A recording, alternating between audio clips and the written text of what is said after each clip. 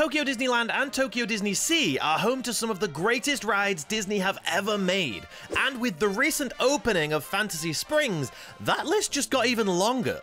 I'm Jordan at 8-Bit Theme Park Japan. I've been living in Tokyo for over 5 years, and now that we have 4 brand new rides at Disney Sea and 2 classic attractions closing at Tokyo Disneyland, now felt like the perfect time to do a new video, and I thought I'd take the opportunity to pit both parks' rides against each other to determine what are the best rides at Tokyo Disney Resort, what are the worst, and which ride will take the crown as #1 at Tokyo Disney Resort, and maybe even in the world. Now, I will preface this video by saying there are some discrepancies between this and my previous ranking videos if you've watched those. I tried to be a little more objective with this one so that it's maybe more useful to people, and also, I may have just changed my mind on some things. It happens. I've also included attractions at both parks in this video too, not just the rides, so that means it includes 3D shows, animatronic shows, that sort of thing. I did use my own judgment and cut out some of them though, otherwise we're going to spend half this video talking about everyone's houses in Toontown. As someone who moved to this country just to be near these parks, this list was really difficult, but I finally arrived at something and I'm very happy with it. So let's get on with it.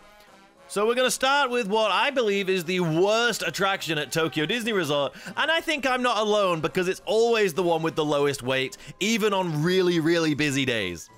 And that is Stitch Encounter.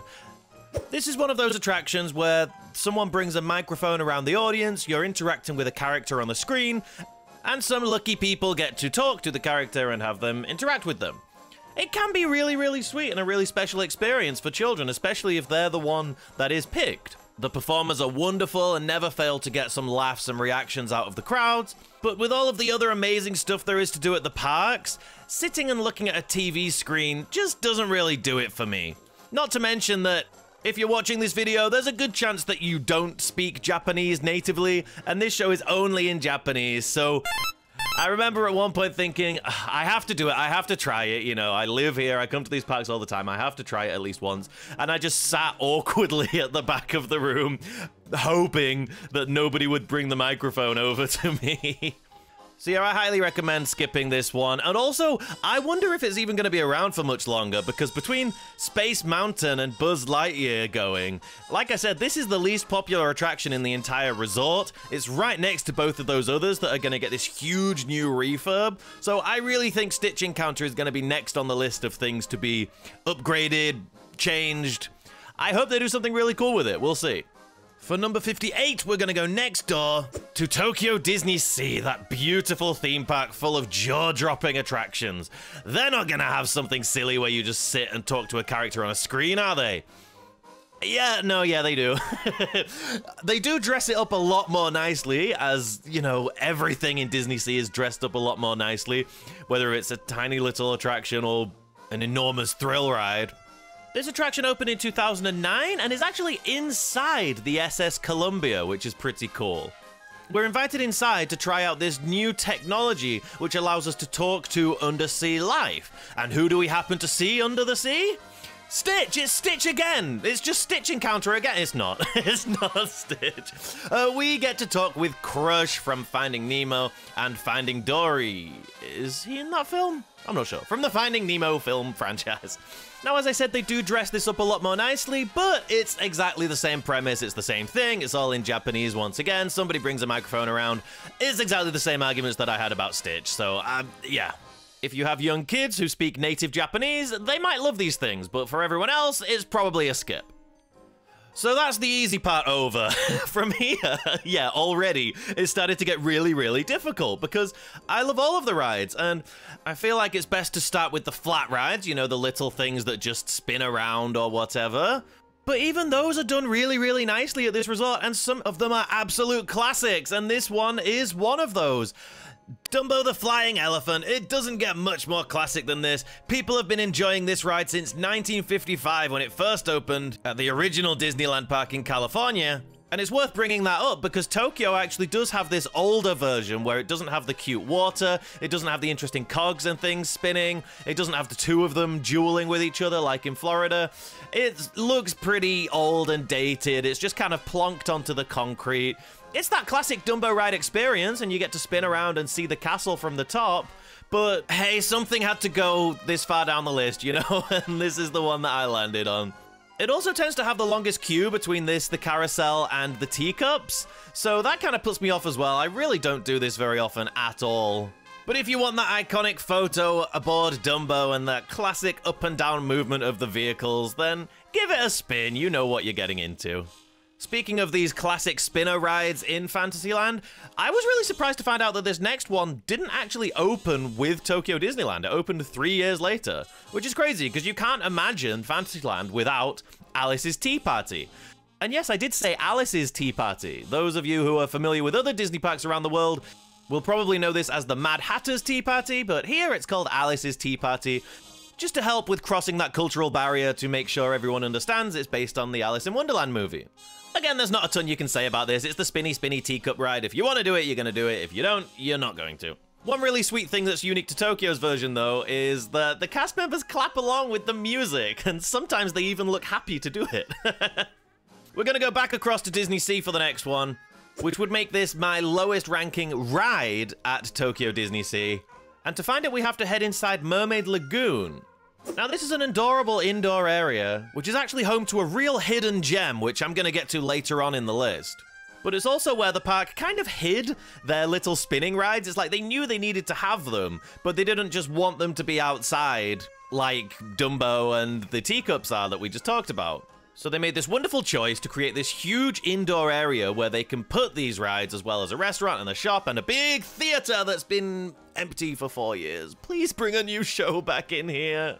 But yeah, these are really aimed at younger kids, and when you look at Jumping Jellyfish, which is at 55 on our list, you could be forgiven for thinking it's going to be pretty fun. It's got this up and down motion. Like, oh, maybe you're going to jump out of your seat a little bit, or at least have a little fun bouncing motion, you know? It's kind of tucked away in the dark, and it looks really, really cool under these UV lights.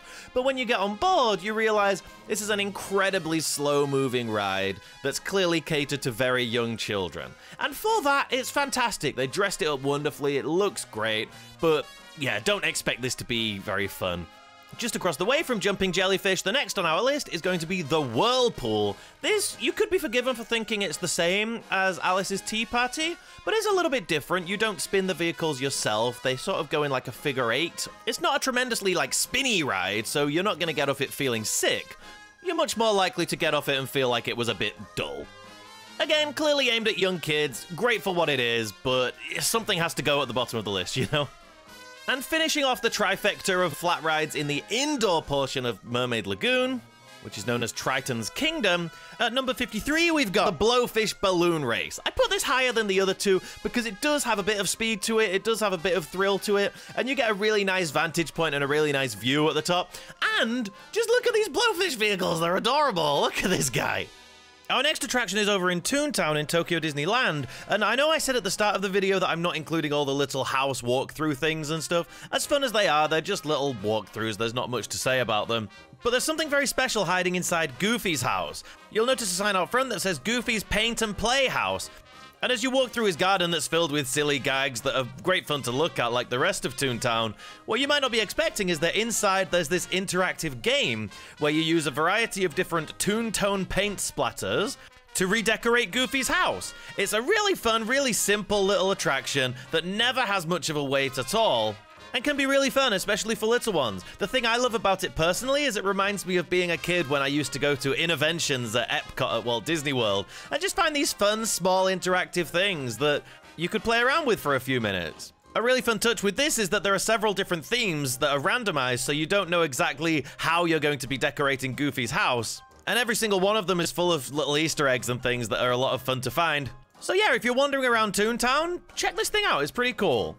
And it's also unique to Tokyo Disneyland. I've actually done a full PDF guide of every single attraction at Tokyo Disney Resort and how similar they are to other parks, so that if you're visiting but you've already been to the Magic Kingdom, let's say, you'll know which rides are similar and which rides are unique to Tokyo. You can find that in the description below. It's totally free to download, and a lot of people have really enjoyed using it.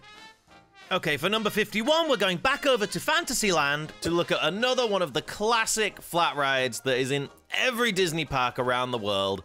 It's the Carousel. Here in Tokyo Disneyland, it's called the Castle Carousel. You know what you're getting with this one, these classic Disney tunes playing as you take a gentle gallop round and round in this circle, right behind the castle. Again, it's a classic experience that young kids love to try. If you want this nostalgic Disney pop, this is the ride to go for. It normally has a very short wait. And personally, as someone who goes to the parks a lot, if I go with my family, I love to walk straight through the castle and ride the carousel first. It just feels right, you know? If it's your first time coming and you're on a limited time frame, I don't recommend that at all, because you need to get there early and you need to strategize with which rides you're going to and which passes you're going to get and all of that nonsense. But as someone who gets to go here whenever I want, I really love having that experience. The park wouldn't be the same without it. You have to have the carousel there. I'm so glad it is there, but yeah, I'm not exactly recommending that you have to ride it. Back over to Disney Sea, and this is one that I maybe have an unnecessary amount of hatred towards. Hatred's a strong word, not hatred. But ever since opening, Disney Sea has had a ride problem. It just simply hasn't had enough rides. It's a beautiful place and people love being there, but there are just a few really, really good rides that get really long queues, and there needs to be more stuff for people to do. This is why Fantasy Springs was such a great and welcome addition to the park, but we're getting to Fantasy Springs much later. But when they announced Fantasy Springs and said where it was going, I was really surprised that they were using this seemingly small pathway as the entrance. And I thought, oh, it's kind of a shame that they built Jasmine's flying carpets there, because if it wasn't there, Fantasy Springs could have had a much more open, much more grand entrance, and maybe the river could have even gone through there as well. Another thing that bugs me about Jasmine's Flying Carpets, and this is super nerdy, but I mean, this is the super nerdy Tokyo Disney YouTube channel, you know where you are. If you enter Arabian Coast, this area, through the archway from Mermaid Lagoon, you're greeted by this really grand courtyard, which is clearly where all of the money of the area is, in the story of the area. This is where you'd expect to maybe see royalty walking around. This is clearly an area that's not for peasants, it's for the rich. And then as you gradually move through Arabian Coast and move towards the port area, you can see the buildings start to deteriorate, you can see that it's telling a much different story. And this continues more and more, the buildings get more and more kind of crumbled and deteriorated. And then at the end, you get to this perfect white gleaming marble pillars surrounding the Princess's attraction, Princess Jasmine's Flying Carpets ride. And it's really beautiful, it's really pretty for a little Dumbo type spinner ride. It's great, but I just think it's in the wrong place. You may recognize this ride if you've been to Walt Disney Studios in Paris, or if you've been to the Magic Kingdom in Walt Disney World. Very similar to Dumbo with the up and down mechanism, but you're on a magic carpet ride. I do really like the balcony up at the back that they put in though. You can get some gorgeous views of the park from up here, and from on the ride. Staying in Disney Sea and going to the outdoor portion of Mermaid Lagoon, above the sea as it's known, we have another spinning ride, but this one is a little bit more special, and this one's a little bit unique because it's right there on the river, and it's actually quite forceful. The vehicles move around in a circle, and then some of them turn so that you're facing people, which is really fun if they're people you know, and really awkward if they're not. And then they all turn backwards, and then you all turn back to face the front, and the ride stops. Just the way they've dressed this ride up, the way that it's kind of, you go down to it, and it gets right onto the river. You can see the transit steamer come by there sometimes. I just really like this one. I think it's really sweet, and it definitely packs a bit more of a punch than any of the previous flat rides we've talked about. Now, Cinderella's Castle is obviously the centerpiece to Tokyo Disneyland. It's probably the first thing you think of when you think of Disneyland is the castle in the center. Anyone who's been to the Magic Kingdom in Florida will recognize that this is almost identical to the Cinderella Castle in the Magic Kingdom in Florida. And inside the castle in Florida, there is a restaurant. And if you're in Tokyo Disneyland and you see a sign saying Cinderella's Fairy Tale Hall, you could be forgiven for assuming that this is a restaurant inside the castle. But it is not. This is a walk-through attraction, which takes you inside the castle and tells the story of Cinderella through various different artistic mediums. There's nothing jaw-dropping about this, but it's really nice to be inside the castle. I really do like, as I said, that they tell the story in all these different ways, and there's a lot of really fun, albeit very small, set pieces in there that are fun to explore. It's also a great place to take some photos if you want photos of your family or of yourself. Just a little tip, make sure you have the flash on when you take photos in here. It's plenty bright and you can see everyone if you don't have the flash on, but if you do, some of the walls will have a special magic trick, where when you look back at your photo, you'll see magical pixie dust has appeared just for you. This is a fun walk-through attraction, usually has short waits. To be perfectly honest, my favorite part of the whole thing is coming down the stairs at the end. You get a great vantage point of Fantasyland and you can even see Mount Prometheus from there. And if you happen to be as lucky as I was, you'll even get to see the volcano erupting from Disneyland. I was so happy to get this shot. You've probably seen it in a lot of my videos because it's fantastic. I love it. Now, this next one feels a bit low, and I feel bad about putting it there, but I just can't help it. And the language barrier is definitely a big part of this, but it's very difficult for me to recommend the Magic Lamp Theater to people. Which is a shame because it's clearly a relatively high-budget attraction. It looks stunning when you see the thing from the outside. You think, wow, this is going to be something really special. And then you get inside and they have this wonderful pre-show with an animatronic snake who's telling you the story of how the genie's lamp was discovered by a magician, but the magician's very greedy and selfish, and the genie sort of plays tricks on him, and the magician eventually locks the genie away, but the magician's assistant wants to help the genie to escape. And this show does something really, really cool where it combines a 3D show with a live performer show. You have two live performers, and then surprise, surprise, the genie manages to escape, and we put on the 3D glasses, and we get some hijinks with the genie, and the genie even interacts with the performers on stage, which is pretty cool. But again, I think this is another language barrier thing. Whenever I bring people here from abroad, they just don't gel with it. I think it's very language heavy, it's very speaking heavy. And the thing I wish it did, it does have a few little tricks up its sleeve which are fun, but there aren't any like, wow, how did they do that kind of magic tricks? It's all very kind of elementary magic tricks that you've seen before and you can figure out how they're done very quickly. I feel like if the show just had one or two mind-blowing magic tricks in there, it could really elevate this show. But I think it's great for the local guests. It's very, very difficult to recommend to people coming here from abroad. Right next to the Magic Lamp Theater is the Caravan Carousel, and you may be thinking it's a little bit silly for me to rank this so much higher than the Castle Carousel at Tokyo Disneyland, but between this one being, again, dressed up so nicely because we're at Disney Sea and everything's jaw-droppingly gorgeous, and the fact that this is a double-decker one, so it not only gives you a kind of unique experience of being up high, but also you get some really nice views of Arabian Coast, which is gorgeous. It's stunning to look at. Now, in terms of the actual ride experience, it's the classic carousel, galloping around, gently bobbing up and down as you move around in a circle. Perfect for young kids, a great nostalgic thing to do. And to be honest, at Disney Sea, like I said, a lot of the queues get so long, it's really nice to do some of these smaller rides that you can just wait 10 or 15 minutes for, even on a busy day, you know, and get right onto them. And if you're going to do that with some of these smaller rides, I'd recommend this one. It's fun. Now, we've talked about Fantasy Springs a little bit, and we're going to be talking about it a lot in this video. But before Fantasy Springs, Disney Sea had already recognized a problem of not having enough for young families to do, not having enough that are Disney character rides.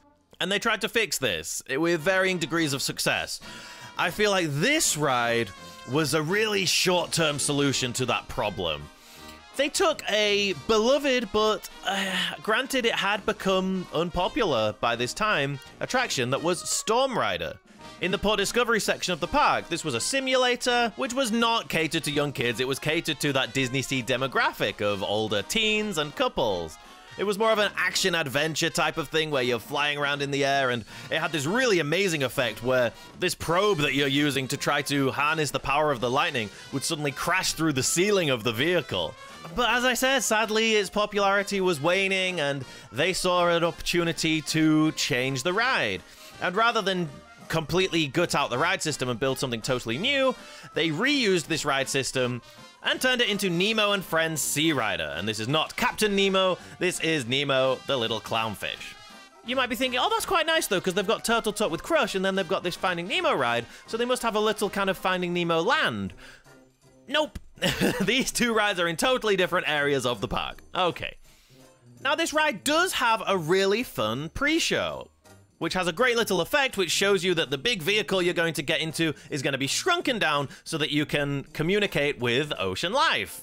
Like in Turtle Talk, but different. Now, you might be thinking this is similar to Star Tours, and it is, but the vehicles are so much bigger. It does add a lot to the experience that you're in this huge vehicle with a lot of people and a much bigger screen. And there are even smaller screens on the sides of the doors where you can see things flying past you on the sides, which is a great touch. One way that this is similar to Star Tours is that it uses randomized sequences, and I think that sounded like a great idea when they did it for Star Tours. Because Star Wars just has this huge plethora of locations and characters and films to draw from that you could never satisfy everyone with one 5-minute ride. So having it be randomized was a great way to incorporate all of those things. Finding Nemo has 2 films.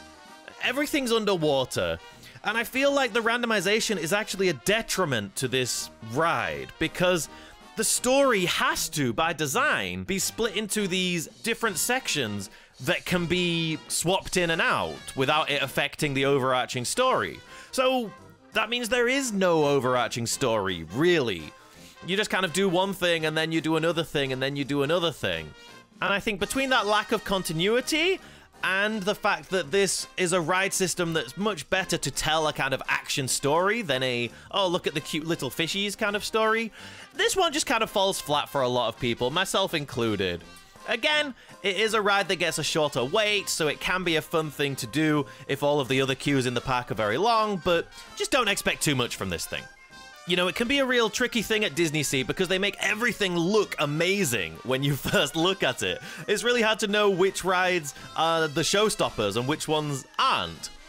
We're going to go back over to Tokyo Disneyland now, and one ride which absolutely does not have that problem whatsoever, you take one look at this ride and you know exactly what it's doing, is the Omnibus. I love this thing. It's great. I highly, highly recommend giving it a whirl. It gives you an opportunity to just take a deep breath, look at the castle, look at Tokyo Disneyland, circle around the hub in the very center of the park, and sort of be like, we're here, we made it.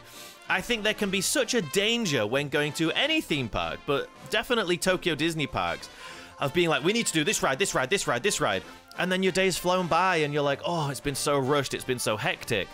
Rides like this invite you to take a minute, to take a deep breath, and really take it all in. And not just that, but this ride gives you really nice views of the park, especially from the second story of the bus. You get some really cool views of the castle that are only possible from the Omnibus. I love this thing, it's great. At number 43, we're going to go to something which is very much the DisneySea counterpart to the Omnibus. These are the big city vehicles. Now, these have a fun little twist in that every single vehicle is a little bit different. You could be going around in the back of a police car, or you could be riding around in a Tesla of the time, not the nothing like the ones we've got now. And there's a bunch of other ones as well. Now, I just talked about how the Omnibus at Disneyland invites you to really take in the sights and sounds of Tokyo Disneyland. DisneySea is just so much more detailed and has so much going on that being able to ride through the streets of a 1920s New York in the back of one of these vehicles is a great way to remind yourself of how detailed these areas are. You know, when you're walking through, it can be very easy to be like, oh, well, we're on our way to Tower of Terror, we're going over there, or, you know, we're going to this place. Oh, everyone's hungry, okay, let's find a restaurant. But the best part of DisneySea is DisneySea, and I'm going to say that a lot in this video. And the rides that invite you to just be in DisneySea and appreciate the details that make this park so special are some of the best rides. So I highly recommend Big City Vehicles. And yet again, it's another one that gets a very short wait. For number 42 on the list, we're going back to Tokyo Disneyland in Fantasyland, where we're going to find the 3D show, Mickey's PhilharMagic. And this ride is in so many different Disney parks around the world that if you've been to any of the others, you've probably already done this. And not only have you already done it, you've probably already done it in English. Here, it's all in Japanese. We're in Japan, it makes perfect sense, right? But for me, who grew up watching this show in various Disney parks around the world in English, and knowing that the animations are in English, there's something that's just not as fun about seeing it dubbed into Japanese. I'm not saying they shouldn't have done it, of course they should have done it. It's a Japanese theme park in Japan, but it just makes the experience less than ideal for me. Not to mention that, you know, if you're watching this video, you're probably not lucky enough to be going to Tokyo Disneyland all the time. You may be lucky enough to go to other Disney parks more often. So if you do happen to find yourself at Tokyo Disneyland, this is exactly the same as the other ones, except it's dubbed into Japanese. So I can't recommend this very much. No shade to PhilharMagic. It's a great 3D show that really captures the magic of Disney music, but yeah, it's difficult to recommend this one. Unless you're here in the summer and you just want to sit down in an air-conditioned room, in which be our guest. Next up is one that's a little bit controversial because of things that have been happening in the American parks lately. No, not that one. We'll get to that. The Tom Sawyer Raft. Now, I got confused with this one last time. It's kind of difficult to rank it because am I talking about the actual ride experience of standing on a raft and going across the river? Or am I talking about the Tom Sawyer Island attraction, which the raft is sort of like a pre-show to? You know, it takes you there and brings you back. I'm going to bulk both things together to make things easy here. I adore Tom Sawyer Island. I think it's great. It's an escape within the escape. Sometimes, like I've said, a Disney park day can be kind of hustle and bustle. It can be busy. It can be stressful. But when you hop on one of these rafts and go across to this small island, and the only thing you have to do is explore. You're not queuing for rides. You're not queuing for restaurants. You're not going in shops. You're just invited to explore this really cool area. And if I was making this video for young kids, which I might do at some point because that sounds really fun, I would rank this nearly at the top. Kids love this place because they get to explore. And the fact that it's landlocked means you as a parent know that they're not going to go anywhere unless they're good swimmers, in which case maybe keep an eye on them. Tom Sawyer Island's wonderful. Do I do it every time I go there? No, I don't. If someone's visiting Tokyo Disneyland for one day ever, do I recommend it? No. But if you're visiting for a lengthy amount of time, or you're coming with very young kids and you're not too concerned about checking off all the big rides, go and do this. It's so much fun. Your kids will thank you. And who knows, maybe our Rivers of America will end up becoming a Cars ride one day too, so make sure you enjoy it while you can. Okay, we got to number 40. And for this attraction, we're still in Tokyo Disneyland. This is another one that has some controversy about it. Some people want it to go back to the way it was.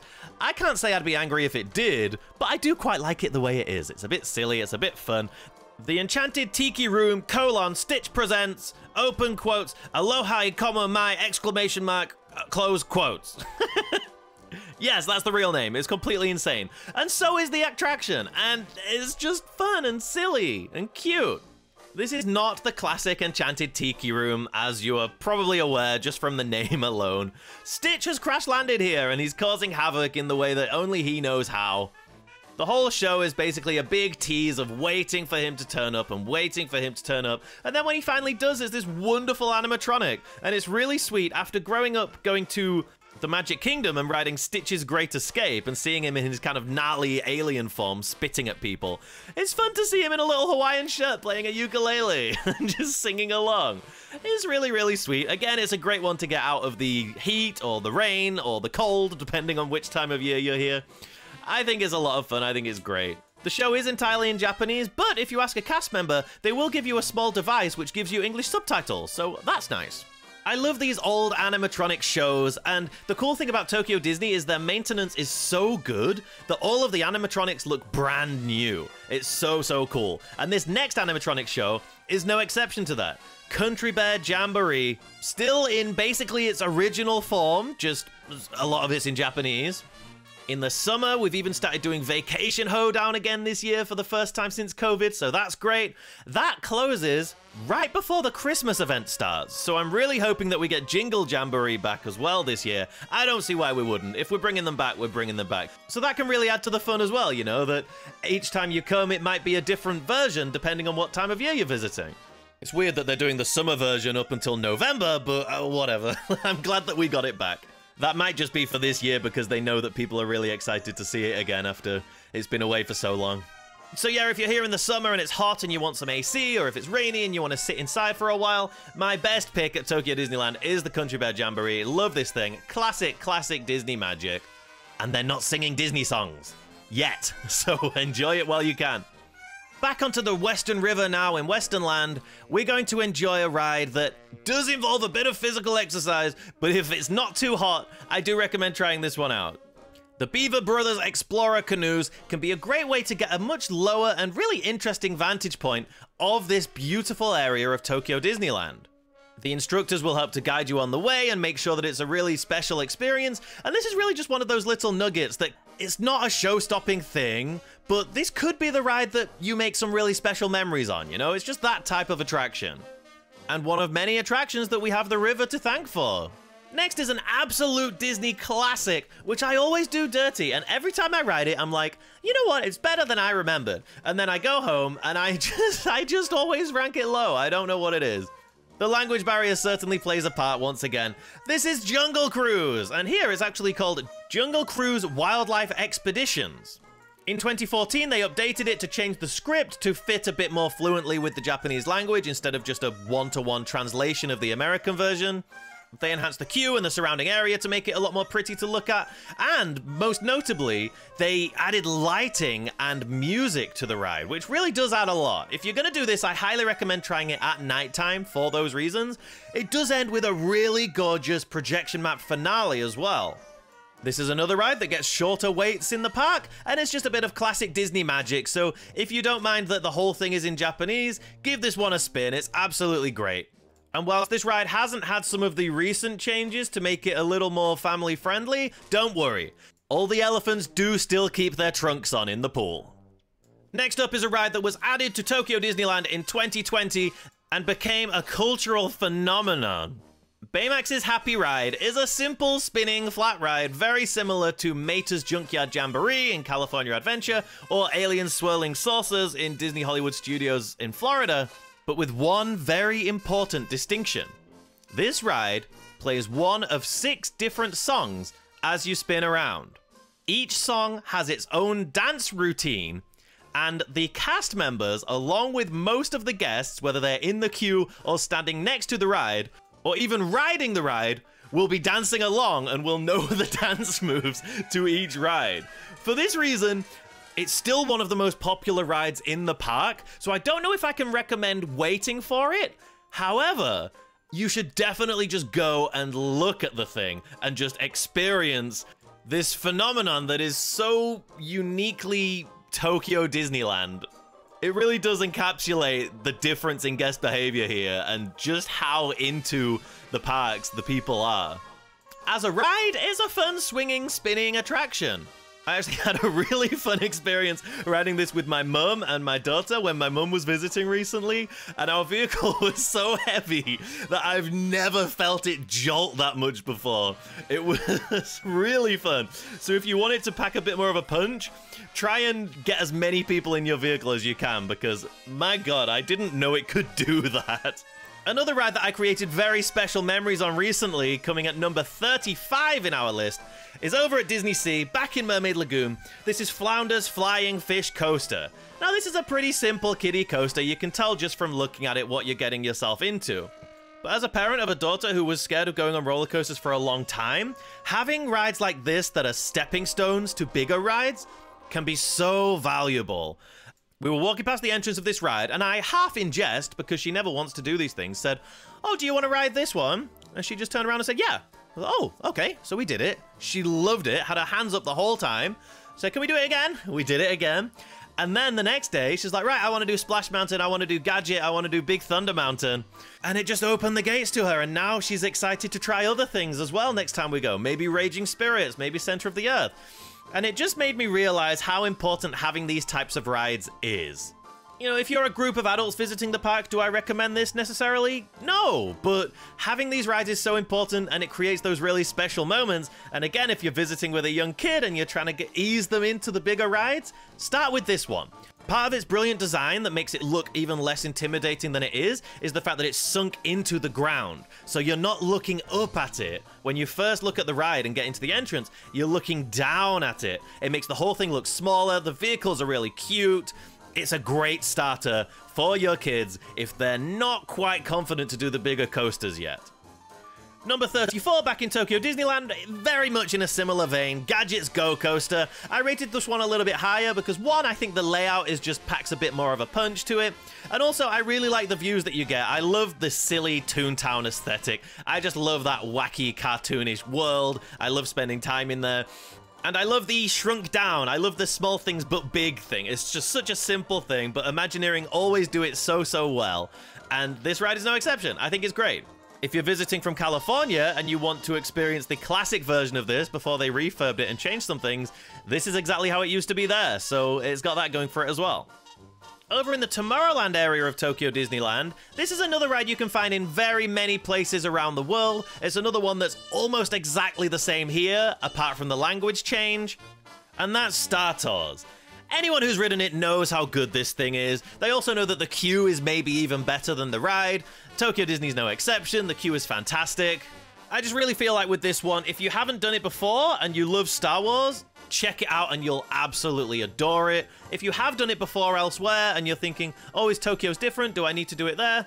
No, you don't. It's basically exactly the same. The only difference is the first portion of the queue. It has a little bit of extra queue indoors, and you can see one of the Star Speeders from the outside, which is kind of neat, but yeah, everything else is basically exactly the same. It's a fantastic ride. Again, it uses those randomized sequences, so you never know exactly what's going to happen. You've got C-3PO inside the vehicle there, steering it for you. You get to go to all of these wonderful and wacky Star Wars locations and see the different characters. It's a great time. And it's always got one of the shortest waits in the park as well. So if you've got like half an hour until your Monsters, Inc. Fast Pass comes up, take a spin on this. We're back at Disney Sea for this next one, and people always ask me, what are some hidden gems at the parks? People always want to feel like they're discovering something that not everyone gets to see, right? And this, I think, is the best hidden gem. It's so easy to miss, and it's so cool. It's not a ride, it's a playground, which I think is why a lot of people skip it, because they see Ariel's Playground, the name, and you instantly think, oh, it's a little kiddie play area. And yes, of course, it is catered to kids, but it's also a wonderfully themed environment which draws you into the world of the movie.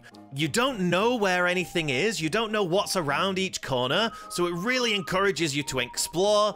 Everything is made for kids, but it's also made for adults, so you can just explore it freely without having to worry about, oh, am I supposed to be here or whatever? And there are some really cool hidden spaces. There's this area where your shadow magically stays on the wall if you leave it there. You can discover Ursula's lair, and the thing most people are trying to look for is Ariel's grotto, because when you find that, you really are transported into the film. This is straight out of the film. You see the Prince Eric statue in the middle, and you can see the setting of one of the best Disney songs of all time, Part of Your World. It's a gorgeous area to explore, super fun with kids, super fun without kids. Highly recommend just taking a brief detour into here if you've got some time. Another one that the kids absolutely love at Disney Sea is Aquatopia. This was the first ever trackless ride to be designed by Disney. It actually inspired Pooh's Honey Hunt, which would open a year before Aquatopia did. But the first trackless ride that was actually in development at Disney was Aquatopia for Disney Sea. This ride really defines this area of the park. Port Discovery would not be Port Discovery if it didn't have these silly little things whizzing around and spinning and going forwards and then backwards and then forwards and then backwards again. As I said earlier, Disney Sea tried to kind of disguise their little flat rides and really hide them around the park. And I feel like this was a bit of a trade-off of how do we make something that's not just a little spinning ride, but basically ticks that box, whilst being more special, more unique, and adding more to the area. And I think they nailed it. Aquatopia is a lot of fun. My favorite thing to do on this ride is to, if your group is big enough, be in more than one vehicle, and you can try and wave to the other members of your group as they're spinning around everywhere. It's super silly, it's super fun, and in the summer they spray hoses at you as well, which, depending on your inclination, can be a fun treat. So Aquatopia is a great example of the innovation that was involved with designing Tokyo Disney Sea, but this next ride I think really captures the essence of that more mature, sophisticated, and romantic aspect of this park, especially when it first opened. When they realized they were recreating Venice, it must have been an absolute no-brainer to put the gondolas in there. And this is a really special attraction, whether it's interacting with the cast member gondoliers, who are always absolutely wonderful, or traveling through this Venetian area, or my personal favorite part, when you come under the bridge and you get this gorgeous reveal of Disney Sea's centerpiece volcano, Mount Prometheus. And there's nothing in between you. There's no fence. You're right there on the water. It's like the best view you can possibly get of this awesome, awesome thing. Yet another example of how the rides that move around Disney Sea and give you views of Disney Sea, they're just enhanced so much by the park itself and vice versa. And this is another one of those rides where it might not be a big showstopper, but this is probably where a lot of people have made some very, very special memories. I mean, some people pay to go on it as part of their wedding package and they pay an absolute fortune. So the fact that you can do it just included in your park admission is very, very cool. Moving on to number 29 now. While a lot of people in Japan associate Disney Sea with romance and somewhere that you'd go on dates, I don't think it really has that image abroad. I think the view from a lot of us Disney Parks nerds who didn't grow up here is that Disney Sea is the amazingly detailed, amazingly themed park that has these amazing thrill rides. And this is going to be our first big thrill ride of the list, Raging Spirits. Now, don't get me wrong, this coaster has absolutely amazing theming. I never get tired of walking past here and just discovering it through the trees and finding this mysterious temple where the water is on fire. Such a cool set piece. And then you start to see carts running through it and you're like, oh, this is a roller coaster. There's a roller coaster back there. It does kind of hide it behind there, but this is Disney Sea. It's obviously intentional.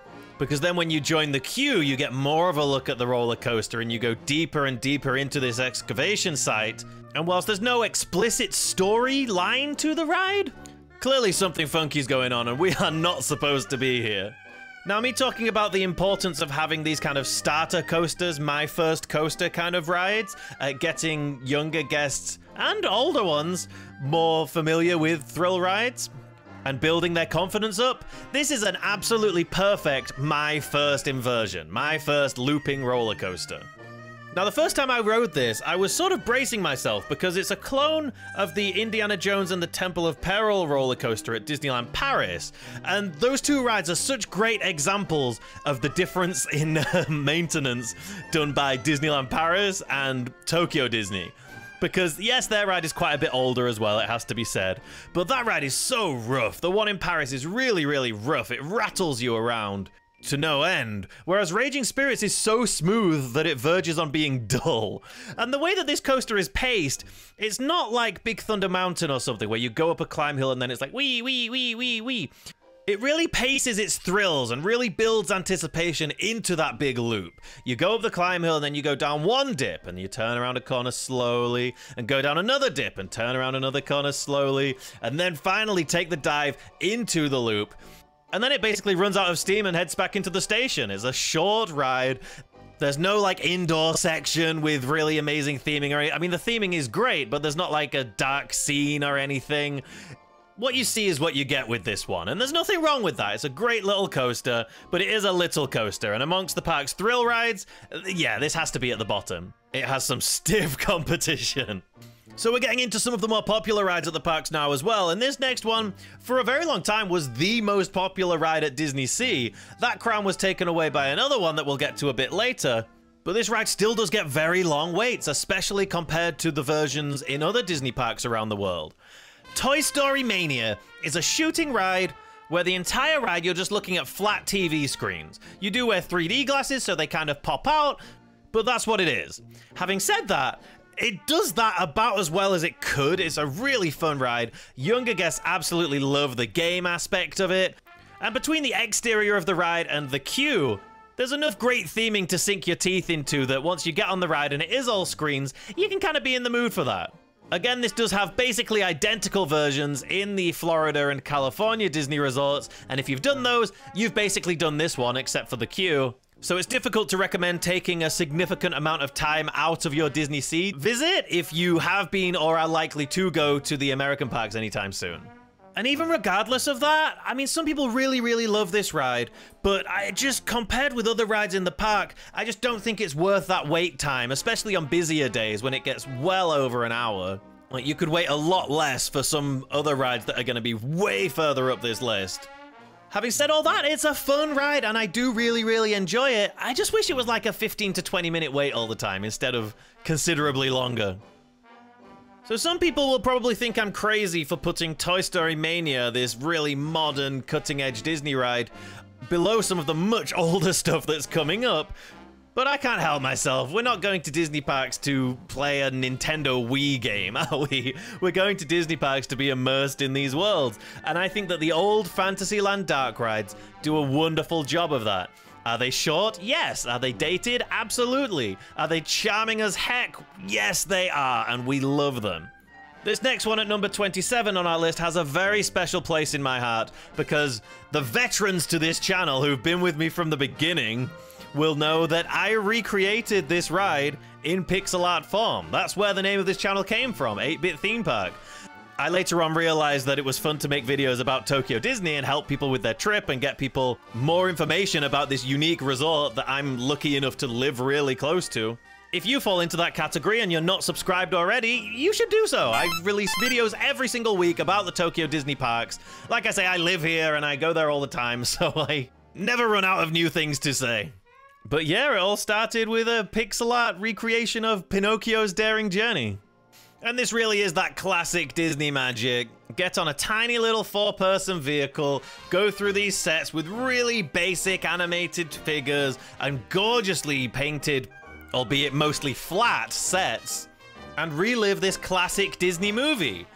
This, along with most of the Fantasyland rides, gets a really, really short wait as well. Pinocchio actually more so than the others. I don't know why, but Pinocchio always seems to have a 5 or 10 minute wait.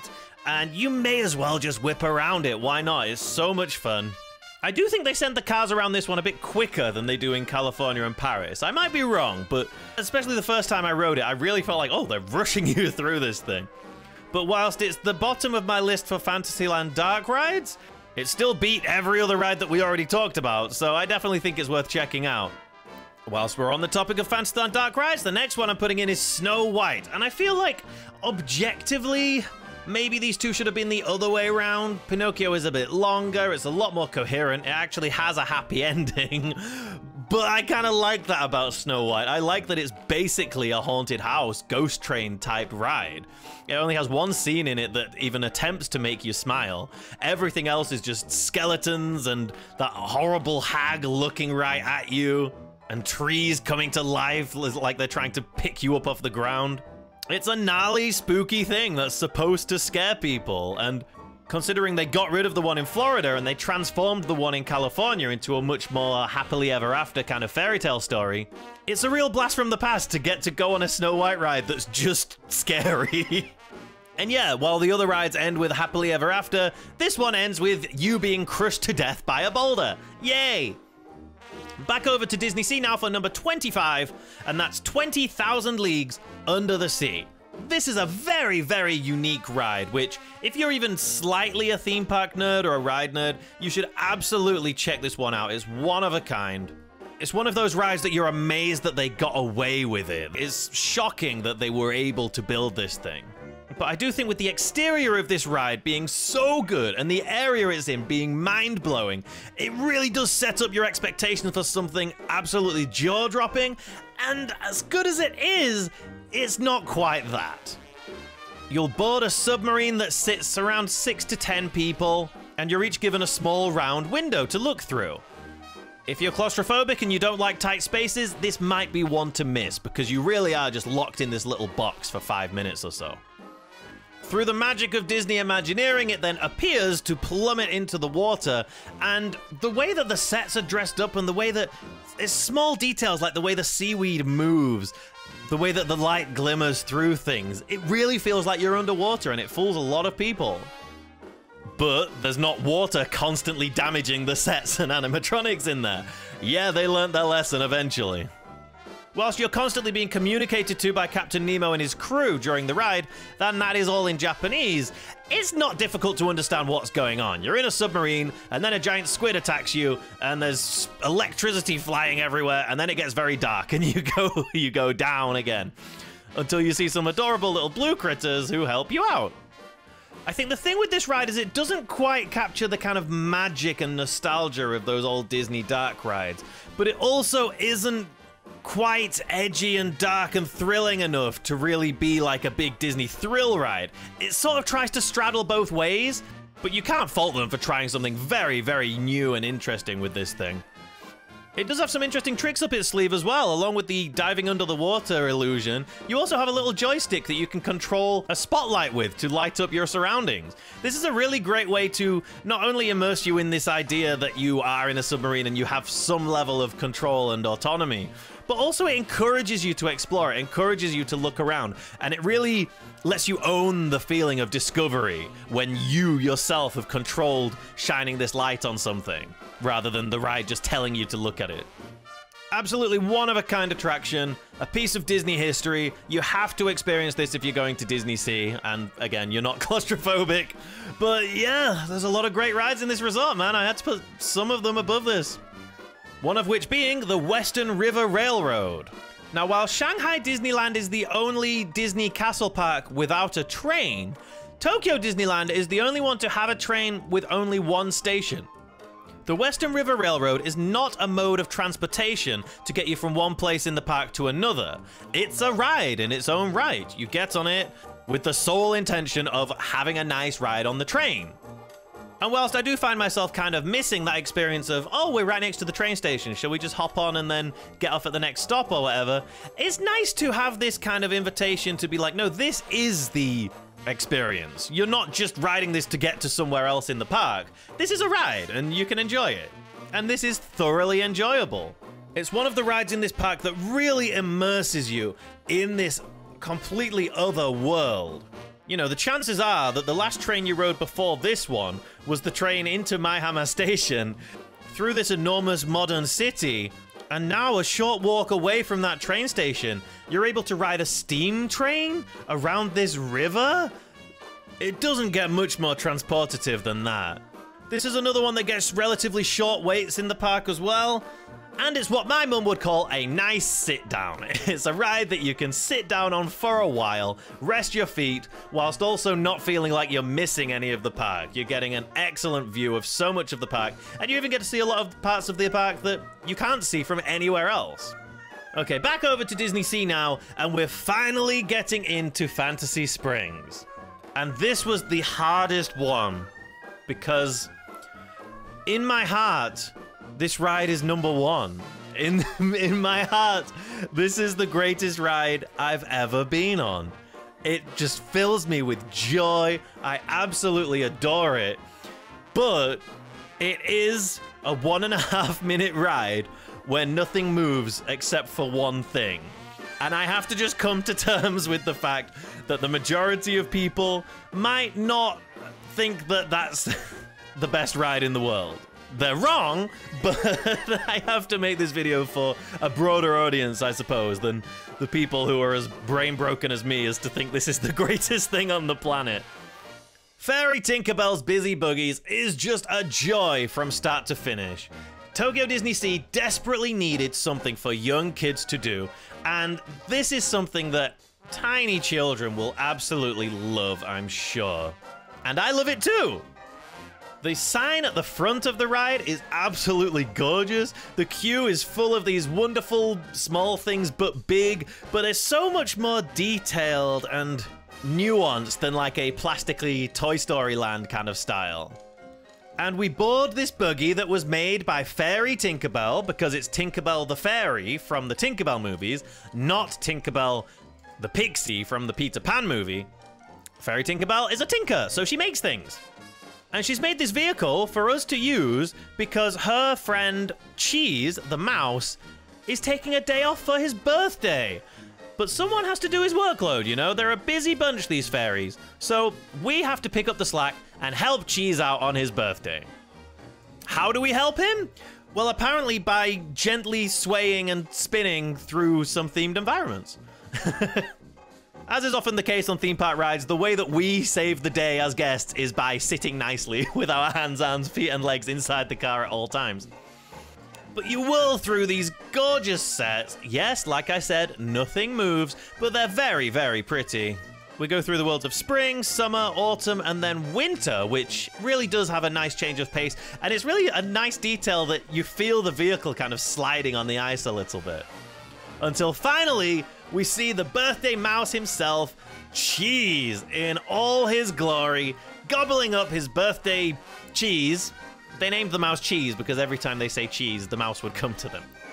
Look how happy he is just eating all of his cheese. Cheese. But yeah, that is it. That is all there is to it. And especially with the systems in Fantasy Springs right now, it's difficult to recommend this ride because there's a good chance that if you choose this, it means that you're not getting on one of the other three. And we haven't mentioned any of the other three yet in this video because, well, they're maybe a tiny bit better than this. They're just on a much grander scale and they're a lot longer and all of that stuff. So it's hard to suggest that normal people ride Tinkerbell's Busy Buggies instead of one of the other three rides. But if you do ride it, then you are in for an absolute treat. Next up is another ride that's controversial and topical right now. No, still not that one. This has been a staple of Tokyo Disneyland since it opened in 1983. Guests have been delighted to just watch this moving by, but also to board the Mark Twain Riverboat. I talked earlier about the Western River Railroad and how transportative that is, and I feel like this is even more so. There's something about stepping on this enormous paddle steamer that could be a little walk-through attraction in its own right, with 3 floors to explore, but then the entire thing moves you around on this slow-moving, absolutely delightful boat ride. You can stand up and walk around the boat as it's moving, go up and down floors, explore the ship a bit, get amazing views of the nicest areas of Tokyo Disneyland. And once again, take a deep breath and just feel like, wow, I'm somewhere special. I get to be here. It could also be a great way to familiarize yourself with this side of the park. You really get a great picture in your mind of where all of these different attractions are, what you might want to ride next, even how busy they are, because you can see all the guests around them. And like the train, you get to wave to people, and we love waving to people. It's so much fun. So yeah, even if you've only got one day at Tokyo Disneyland, you should try out one of these slow-moving rides at least to just give yourself a breather. And if you are going to do one of them, I think it should be this one. On the other side of Tokyo Disneyland, over in Toontown, we have Roger Rabbit's Cartoon Spin at number 21. This sort of takes the classic Fantasyland style ride, but gives it a unique twist. Literally. Because this ride is basically a teacup on a track. The steering wheel serves exactly the same way as the wheel in the middle of a spinning teacup on a teacup ride does, and you can turn it to control which direction the vehicle is facing. And it moves in a very similar way to a teacup, which, along with the funky design of the actual track layout, it really disorients you. You can be someone who's trying to keep it facing forwards, or you can be someone who's trying to spin it around and have fun. You can really experience this ride in a lot of different ways, which I love about it. And the scenes themselves are an absolute riot. They really capture that chaotic energy of Toontown in the Roger Rabbit movie. But even if you haven't seen the movie, just the playful gags, the funny jokes, the amazing queue for this ride that's almost an attraction in and of itself. And then, like I say, this really fun ride mechanic where you can spin the vehicles as they go round. They make for a really fun and wacky ride, which I absolutely love. If you've done the one in California, this is basically exactly the same, but they didn't put a big yellow trench coat on Jessica Rabbit, because why would they? Okay, we're hurling into the top 20 now, my goodness. And what better way to kick off our top 20 countdown than with an absolute Disney classic, It's a Small World. What can you say about this ride that hasn't already been said? It has an infectious, adorable, yet slightly infuriating soundtrack. This beautiful message of world peace conveyed in a handmade and simple aesthetic that anyone from a young baby to an elderly person can thoroughly enjoy. And Tokyo Disneyland's version is one of the ones that has Disney characters around it as well, for better or worse. It is quite fun to play Spot the Disney character and try to find them all. Another great ride to use if you want to rest your feet is right in the center of Fantasyland in the back of the park. It's a long ride, and it's just such an easy ride, you know? You don't feel like anything's demanded of you. There's just stuff everywhere. If you look at it, great. It's completely impossible to spot everything on one ride through, so you don't feel compelled to bother. You can just see what you see. Like I said about Jungle Cruise, this is another one that I often discount, and then whenever I ride it, I'm like, oh, it is glorious, though. It's wonderful. Very glad It's a Small World exists, and I'm very glad that we have one here in Tokyo. Next up is a ride that some people might put at number 1. This beautiful attraction transports you to a magical world where you can use pixie dust to fly over London, over Neverland, and see swashbuckling pirates. But Jordan, Tokyo Disney has 2 of those. Oh yeah. Well, the one that I'm talking about is Peter Pan's Flight. This timeless attraction that's been delighting guests at Disney parks all over the world for decades perfectly captures that magical Disney nostalgia. It transcends simply being a nostalgic old ride and still feels magical to this day. There's just something endlessly enjoyable about flying over a miniaturized London. Now, Tokyo's Peter Pan's Flight isn't anything special. It's actually one of the shorter ones compared to other parks around the world. Again, you can check out my ride comparison guide if you're planning to come soon and you want to know which rides are unique to Tokyo and which ones are copies of the ones that you may have been on before. But our Peter Pan's Flight uses the classic single-row vehicles that take you through the Darling's home, after which you wave goodbye to Nana, fly over London to the second star to the right, and then end up having some fun in Neverland. It's a pretty short ride, it's obviously dated, but it's a classic. And this is one of the few instances where the one in Tokyo is actually less popular than the ones in other parks around the world. So if you're thinking, gosh, I would like to ride Peter Pan, but it always has a long wait, this can be a good park to do it at because it never usually exceeds 30 or 40 minutes. So I had to be cheeky there with teasing you about which of the Peter Pan rides it was gonna be. Obviously, we just built a brand new Peter Pan ride for Disney Sea in Fantasy Springs, and we're gonna go there right now. To Fantasy Springs, I mean. Not to Peter Pan's Neverland Adventure. We'll get there soon. But at number 18 on our list is Rapunzel's Lantern Festival. I hate to say it, but this ride has been disappointing a lot of people, and I 100% can understand why. It's very, very simple. The ride is incredibly short. And I've talked about this at length in my full guide to Rapunzel's Forest video, which you should check out after this one if you're curious about the ride.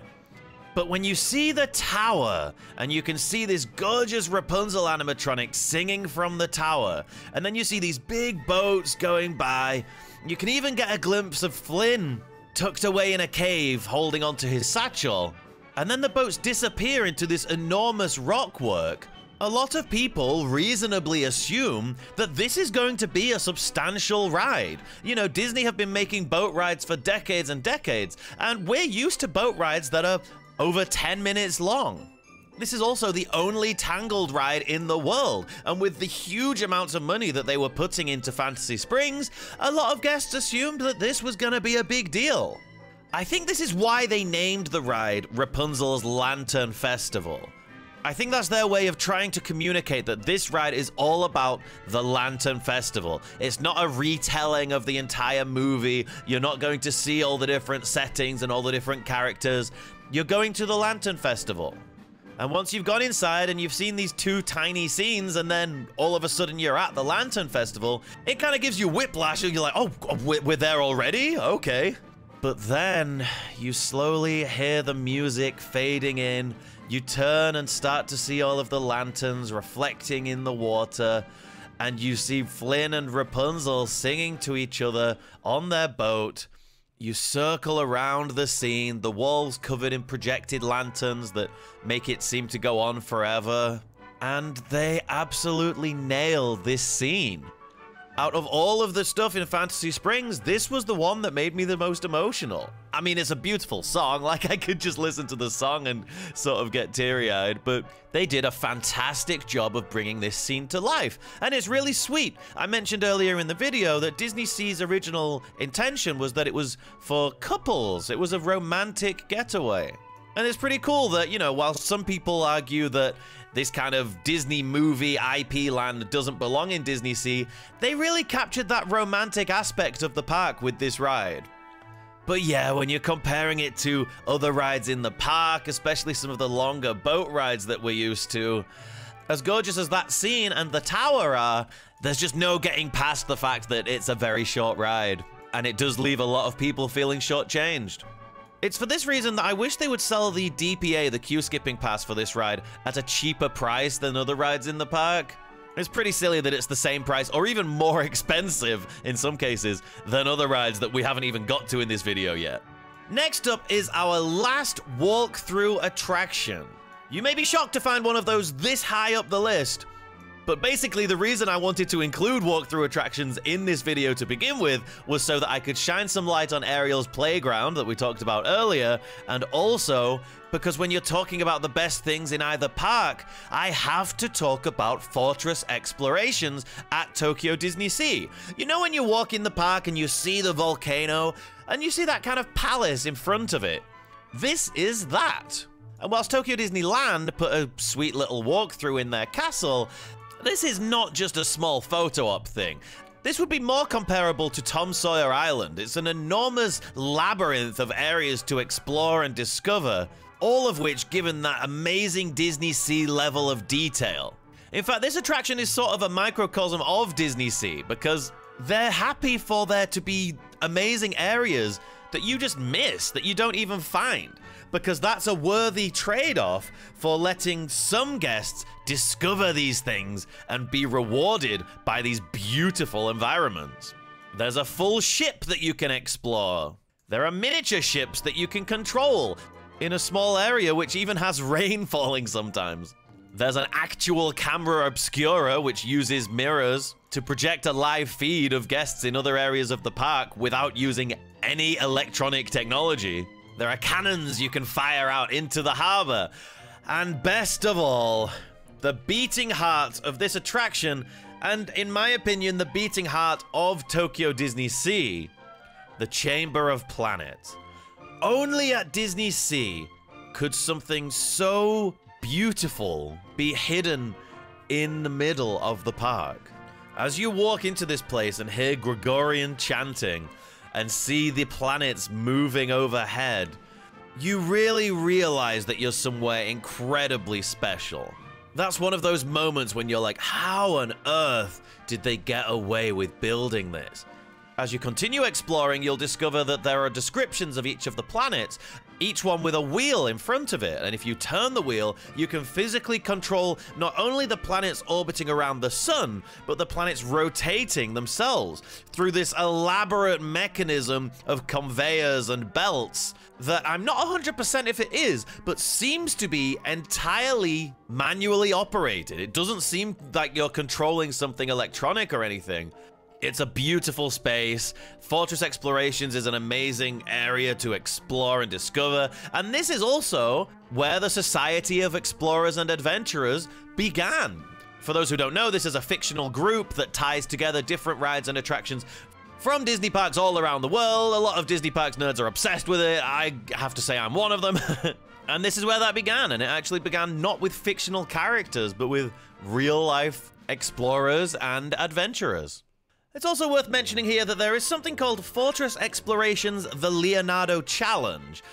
This is essentially a small room where you speak with Leonardo da Vinci, and he sends you on some fetch quests where you are essentially encouraged to explore the area.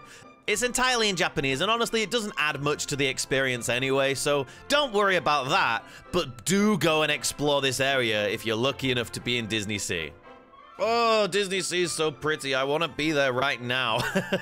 I love those moments when you just feel like you're at Disney Sea. You know, you're not on a specific ride or something, you're just soaking up the park itself. This next ride really helps you to do that, as well as adding a lot of kinetic energy to many areas of the park. And that's Disney Sea Electric Railway. This is an actual mode of transport between American Waterfront and Port Discovery, and they did an amazing job of making the vehicles fit into both lands, despite the areas being incredibly different. You're probably surprised to find a mode of transport this high up the list, but what if I told you this is actually a ride that takes you through enormous themed environments, the scope and scale of which dwarf anything you've seen in any dark ride before? That's because this isn't a dark ride. It's taking you through Disney Sea, but Disney Sea is this incredibly detailed and expansive themed area. Also, you can wave to people on this ride, so maybe I should have put it at number 1, because waving is the best. Don't feel bad if you don't get around to doing this, but if you do have to get from American Waterfront to Port Discovery, or vice versa, take this option, because, once again, being invited to sit and relax and just soak up this park is always one of my favorite parts of my time there. Next up, we're going back to Disneyland, over to Western Land, and we're gonna speed things up a little bit as we encounter the wildest ride in the wilderness, Big Thunder Mountain Railroad. Speaking of traveling through highly themed environments, being able to do so on a roller coaster at 36 miles an hour, it makes it even more fun. I've talked about how important it is to have small roller coasters that are good stepping stones to get younger kids onto the bigger thrill rides. And the great thing about this is, I told my daughter when I was getting her on it, it doesn't have like a big drop. You don't feel like you're as high up as you are because the mountains are right there with you. And the way that they make this a big roller coaster that has a really long ride time is basically by having it be 3 roller coasters in a row. The ride has 3 climb hills, so it really gives you a good amount of time to enjoy the ride and really get your waiting times worth. Whizzing through these awesome areas and getting glimpses of these small figures moving, maybe you even see the train going by, and then getting views of the park as well, is such a joy. This thing is so much fun. And until we get the new Space Mountain in 2027, this is the biggest roller coaster at Tokyo Disneyland. So if you want some thrills and you're in that park, this is where you're gonna go. Next at number 14 is a ride that you can find at a lot of Disney parks around the world. Personally, I think this is one of the greatest true family rides that's ever been made. By which I mean, my young daughter loves this ride, and so do my grandparents, and everyone in between. And whilst the ride is very, very similar to those other versions I mentioned, again, it gets the Disney Sea treatment, so it looks absolutely incredible. This is Soaring Fantastic Flight. And I used to work on a ride just like this at Europa Park, and people would come to the entrance and ask what it was, and it can be difficult to describe with words. We were told to say it's a flying simulator, but that doesn't really clear things up too much. Basically, for those who don't know, your legs are dangling off the edge of a seat that raises up off the ground, and then you're surrounded both in front, to the sides, and below you with an enormous domed screen, and the vehicle very gently sways whilst wind and even different smells blow gently in your face. And with all of these working together, along with an absolutely phenomenal soundtrack, it makes for a really immersive experience. Again, the one at Disney Sea is absolutely gorgeous, with a pre-show that really elevates it to the next level. It's nothing in your face, but it's just very subtly magical, and I always really enjoy seeing it. Soaring at Disney Sea is one of the newer rides, and it does get incredibly long waits, so that can be off-putting a bit. I actually haven't ridden it that much since it opened in 2019, because the queue is always so long, but it's kind of kept it special for me. Whenever I do, though, I'm reminded of how wonderful an experience this is. It really has a very different pace to any other ride you might have been on. The flying element feels kind of thrilling in a way, but it's all so gentle and so smooth and so serene. Just the best word I can use is beautiful. It's a beautiful experience. And again, anybody can enjoy it. Well, there is a height restriction, but anyone above the height restriction can enjoy it. Disney do keep their height restrictions pretty low, but it's nice that this ride it's not selling itself on being really thrilling or really scary or anything. It's just a beautiful experience. This next ride, however, fittingly at number 13 in our list, is probably the most intimidating ride at the whole of Tokyo Disney. There's just something about seeing people go up high into the air and then drop down and hearing them scream that puts some people off, but For me, it makes me say, ooh, I want to go in there. Tower of Terror is another ride that you can find in other parks, and is another ride that is very unique in Disney Sea. One look at this thing and you can see that it's just got so much detail, so much ludicrous theming. And it's not just gorgeous to look at. The story that they tell with this ride's facade, the queue, the pre-shows, and then the ride experience itself is maybe one of the best ride stories that Disney have ever come up with.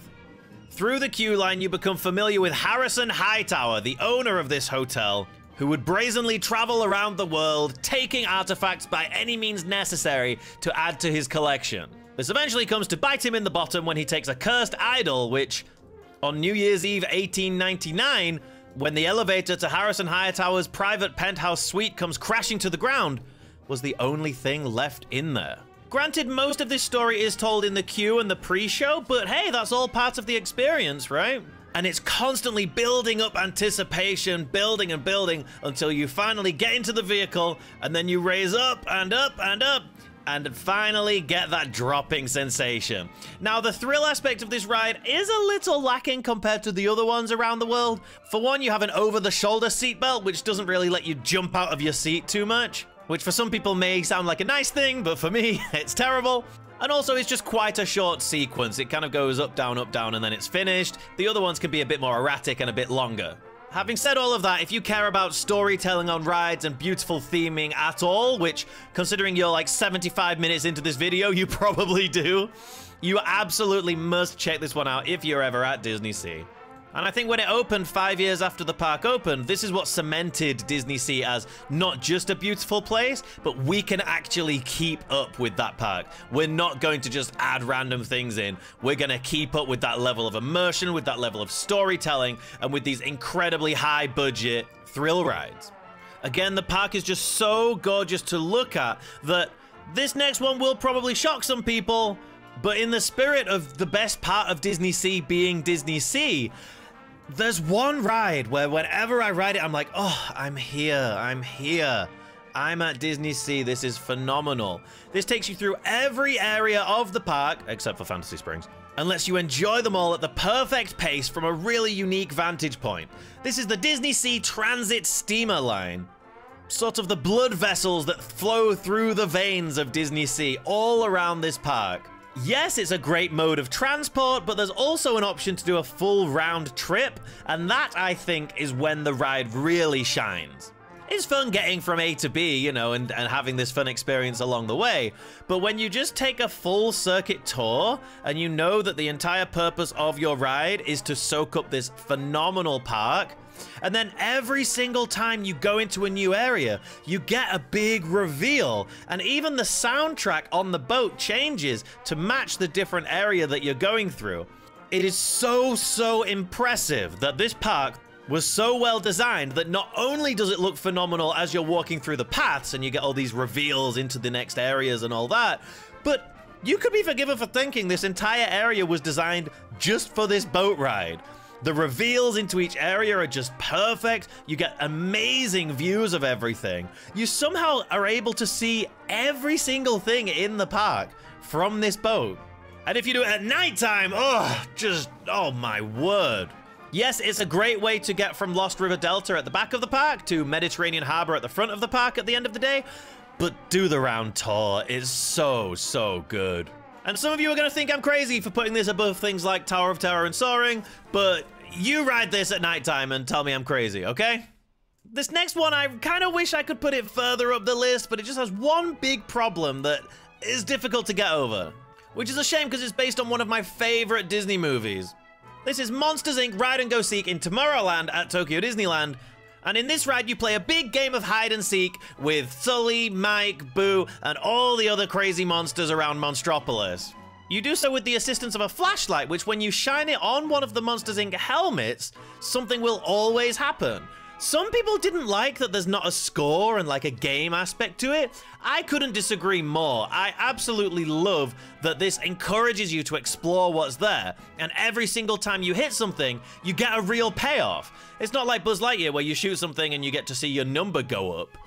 Like, who cares so much about just a number going up? You know, why would anybody care about that? Please subscribe to my channel. But on Monsters, Inc., everything gets the reaction that you want from it. You know, every time you shine the light on something, you get a fun gag, a fun reaction. And it just adds to the chaos and craziness of being surrounded by all these monsters. Oh, I love it. It's so silly. It's so much fun. There's always something new to find. There are some really impressive effects in here, but there's just so much going on all the time that a lot of them will pass you by for the first 1, 2, 3 or more rides. The queue is a little dull as you're just kind of going through the courtyard of this beige business office, but that's kind of the point, isn't it? Not only is it accurate to the movie, but also it dulls you down. You're in this kind of tedious beige area as you're waiting, and then when you get inside, the craziness just feels even more crazy because the queue was so dull. I know that might not sound like a good thing, but I think it's a really smart part of design. So what's the big problem, Jordan? It sounds like you love this ride. I do love this ride, but I'm a bit of a tall boy. I'm not freakishly tall. I'm like 183, but these vehicles have zero legroom. I swear they were made for monsters with tentacles or something. Like, there's just no room for your legs in this thing.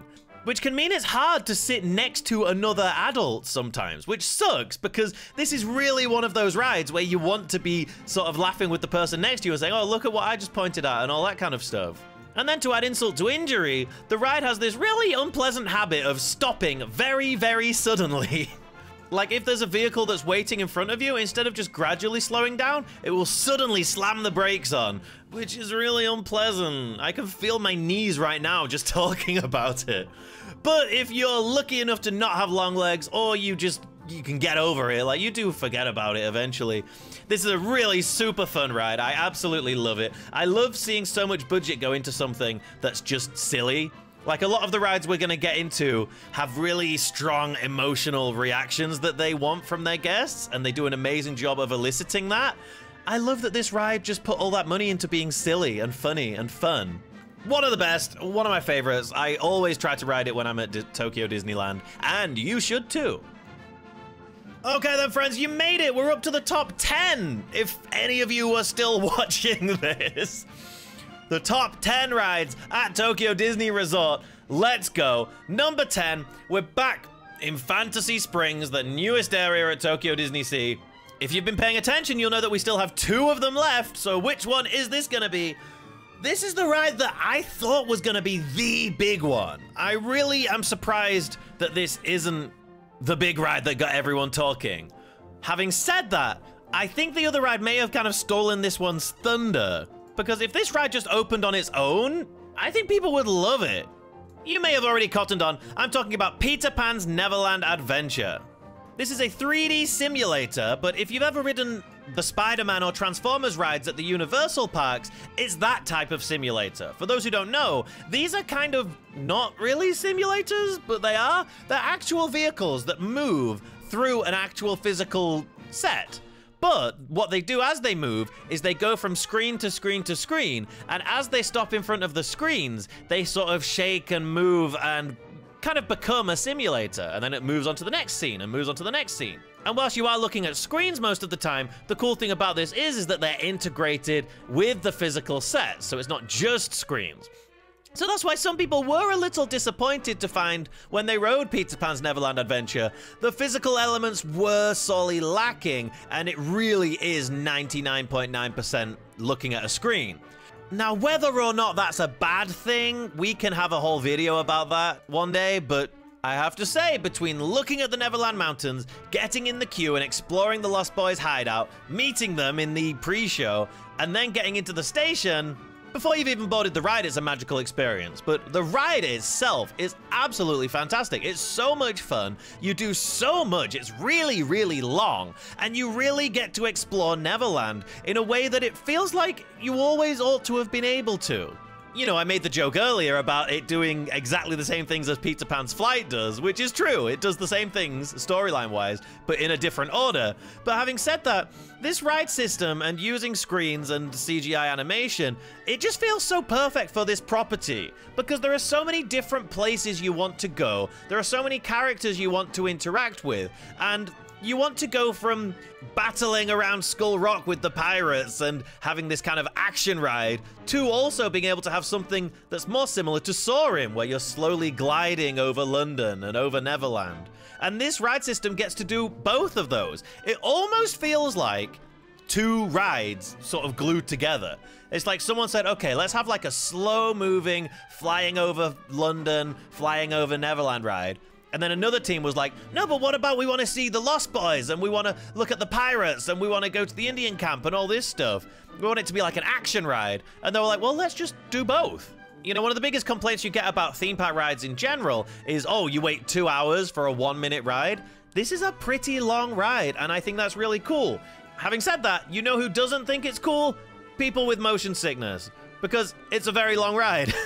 And it goes from really action kind of bopping you about and actually reasonably forceful to then gliding around slowly.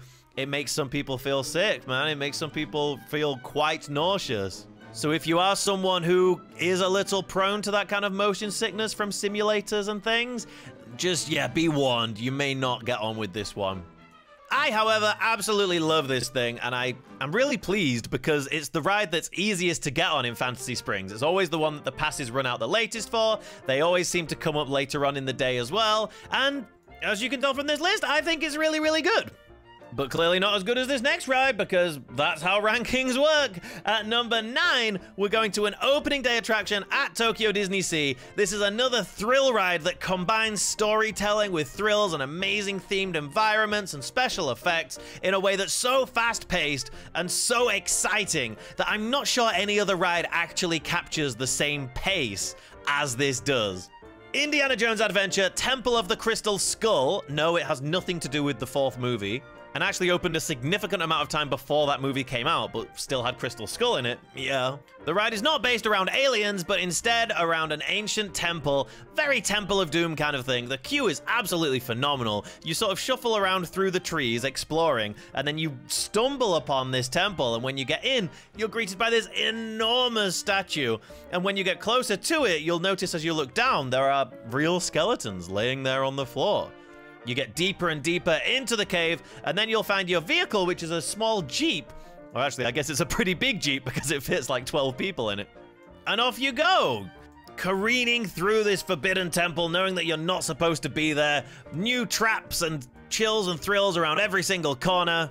All at such a fast pace that you'd be forgiven for thinking this is a really fast ride, but it's actually not. It's just the ride system, similarly to Peter Pan actually, is kind of a little simulator. It's bumping around, even if it's staying still, can still bump around, which means as you go into the corners, you're not going so fast, but the vehicle throws you out, so you sort of overhang around all these corners. It just feels so chaotic and so quick.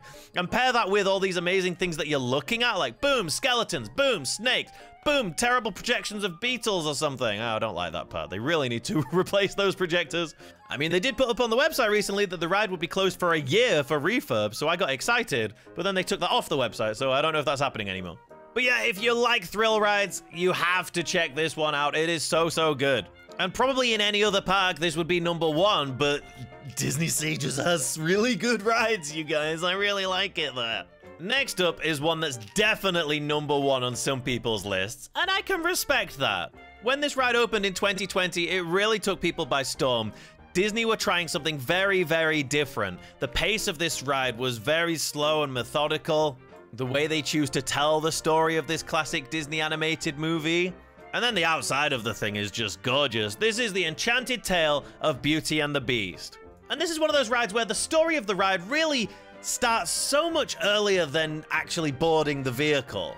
Really, it starts as soon as you get into the village. You get in Belle's Village, and that's kind of the opening number of the film. You're familiar with the village. And then you discover the castle, and you get in the queue, and again, you go through the woods a little bit. And then as you get inside the castle, you'll notice some of the enchanted objects from the film, but they don't just announce that, oh, you've arrived. They don't just show you that they're there. They're trying to stay still. But, you know, Chip's a little kid, and he gets antsy, or Foot Cushion's a dog, so he gets excited that there's people there and starts wagging his tail. And then when you get to the pre-show, I mean, my word. If it wasn't for one thing that we'll get to, this could be the best part of the entire experience. We hear the gorgeous music, da, da, da, da, da, da, da, and we're all looking at this stained glass window, which suddenly comes to life. What a fantastic idea, having a stained glass window in a pre-show at a Tokyo Disney ride, and then it starts to become animated. What a really good idea that is. But as you watch that, you eventually notice the rose sat inside that sort of glass dome, and you'll see the petals falling. And once you've noticed that, you'll hear some footsteps, tum, tum, tum, and you see the beast walk out of the archway, look at the rose, and my word, this is one of the best animatronics I've ever seen. I mean, for one, did you hear what I just said? He walks. You can't see his legs or anything, but it's incredibly convincing the way he moves out. And then the way his body moves and his whole posture changes, and he goes through so many emotions, and they're conveyed so well. His face, the way his eyebrows move. You know, we've come a long way since those Country Bear animatronics where eyebrows are either up or down, like they're surprised or angry, and nothing in between. Like, this thing is phenomenal. It really pulls you into the story. And then you hear, hello, coming from the other side, and we see Belle walk out. Another phenomenal animatronic. I don't think it's as good as the Beast, but I think that's just because Belle kind of has her stuff together a lot better than the Beast, you know? Like, she's not going through 10 different emotions in a minute. She's just a bit lost and a bit scared. But still, a jaw-dropping animatronic. And when you hear the Beast roar and stomp away, and the doors open, you almost don't want to move. There's always this feeling in the room, like, you know when a pre-show ends? Sometimes everyone just kind of like barrels through the doors, like, okay, we can get onto the ride soon, good. But there's always like an exhale there of like, oh wow, we just, like, if that was the entire attraction, you'd probably be pretty impressed. But it's just beginning. And then we go through and we see more of the story getting told through the little bit of the queue before we get in the vehicles, and you see these big teacup things that are very unique and interesting looking. And then we get all through the ride, and we're treated to 3 different songs, and the way that this ride is so unique is that the teacups, they just kind of dance around in one room to each song for quite a considerable amount of time. Like, it really feels like you've suddenly got onto a teacups ride or something like Baymax or Dumbo. Like, it's just kind of spinning and twirling around this little space. But then it moves into the next room and the story gets gently nudged along again. And if it was just those 3 dancing rooms, I would have probably put this quite a bit lower in the list, but it does have one part that breaks it up, where you do get more of that linear, classic dark ride kind of feeling. Because you go to a scene where Belle and the Beast are stood on the balcony, embracing each other, they've fallen in love, oh, how sweet. And then behind us we hear dun dun dun, and the villagers are coming and attacking, oh no! And we get through to the next scene, and they got to the Beast, and the Beast is laying on the ground, Belle is sobbing next to him. And then it happens. I don't think I'll offend anyone by saying this is the best special effect Disney have ever done in any of their rides. He levitates off the ground, starts spinning around, and then just turns into a human right in front of your face. This is the wow moment of the whole ride. It is so well done, and it will leave you with your jaw on the floor. Not to mention that beyond just being a really good special effect, it's such a strong and powerful emotional point in the story. Like, it evokes such a strong emotional reaction as well. Which is why it's really a shame that, like I said, in the other rooms, you're kind of dancing around, and so there's no one teacup that's any better than any of the others, because you're all kind of basically doing the same thing, more or less. But at this part, there are 3 in the front and 3 in the back, and if you're at the back in a corner, it can be kind of hard to see, and that's a real shame because this is such a strong point of the ride. And then afterwards, we go into the ballroom and we see them dancing and we get the happily ever after ending. Oh, this ride is so, so good. Which is why, like I said, for some people it'll be number 1. For me, it's number 8. You know, I thought it was so, so bold and so innovative of them to use this trackless ride system in such a fresh and unique way, having them dance around each room and stay in one room for such a long time. It's so different to a classic dark ride, but I like the classic dark rides. I like looking at something new every now and then. I like the quicker pace. I get a little tired, especially in that second room of Beauty and the Beast, where you've seen everything in the first 10 seconds and then you're just kind of twirling around. And that's why I prefer, personally, Pooh's Honey Hunt. This was the first trackless Disney ride that they ever opened. Like I said earlier, Aquatopia was designed first, but that inspired the ride system for this. And I think they had so much fun with the trackless vehicles, and they did so much new with them, but it probably didn't innovate as much as Beauty and the Beast did. In a storytelling sense, at least. Technologically, it was incredibly innovative. And yeah, I like that. I like that it has short scenes that you zip through and there's too much for you to see in one go. I like that there are just 3 vehicles that each have a slightly different route, but they all get to see everything really, really well. And I just love this world. I love going into this world. Pooh is adorable. I really, really like how not only are these fantastic animatronics, you know, I grew up with the Many Adventures of Winnie the Pooh ride at Magic Kingdom and the other Winnie the Pooh rides around the world where he's just kind of this plastic figure. I love that on this, they're all fluffy. They seem to be a halfway point between the animated ones and the fluffy toys that inspired them, that you used to see in the intro of the Winnie the Pooh shorts and of the movies. And this one does have some tricks up its sleeves as well. There are some really fun gags in here. There are some great, more subtle special effects. And it's just so much fun. I absolutely love this other vehicle that's filled with heffalumps and woozles. That's such a riot. What a brilliant idea that was. And yeah, Beauty and the Beast is newer and grander and much more emotional. But this is the ride that as soon as I get off, I'm like, I want to do that again. It's so good. Whereas Beauty and the Beast, if I've done it, I'm like, okay, I did that today. Cool. But they're both wonderful. Do them both. They're both great. Next up is another one that some people would probably put at number 1. This is what a lot of people have been talking about recently. You know, talking about different ride systems and innovating with ride systems. Anna and Elsa's Frozen Journey takes an existing ride system, the boat ride, you know, been around for decades, if not longer, but it just packages it in such a fresh and unique way. The way that you're constantly stopping to turn and then go backwards, and stopping to turn and then go forwards, and going through these tiny drops that are not for thrills, they're just punctuation marks between each chapter of the ride. Maybe they represent a time skip in one case, or a shift in perspective from one character to a different character. After a gorgeous queue that takes you through the castle, even though the castle is a different building because that's a restaurant, but as soon as you get in the ride building that's a mountain, you're in the castle again. Anyway, but forgetting about all that, the queue is delightful. It kind of does that thing like I said about Monsters, Inc. Like, sometimes it's nice for a queue not to do too much. This one is kind of in between because there are some blink and you'll miss it Olaf encounters where he'll just walk by a window or something. And then there's this clock, which is just absolutely delightful, and I could stand here and look at it all day, and that's what everyone does, which is why it kind of breaks the queue, because there's always just a big gap here. But once you board the ride and you see a painting, a matte painting in front of you, you're like, oh, is this going to be like an old school kind of dark ride? Like, that's painted. That's not a projection. And you get around the corner and, oh, I just love this moment. We go from the kind of realistic lighting to suddenly this magical area that's glowing and full of smoke and mist. And the trolls want their grandpappy troll to tell them a story. So he tells them the story of Anna and Elsa. I think I've heard this one before. We then see my personally biggest gripe of the ride, which is that we're just looking at clips from the movie. Like, it works fine. It's not a big deal. But I just wish that these were like cave drawings that came to life or something, that they were more stylized 2D animated retellings, if they had to go projected at all, you know?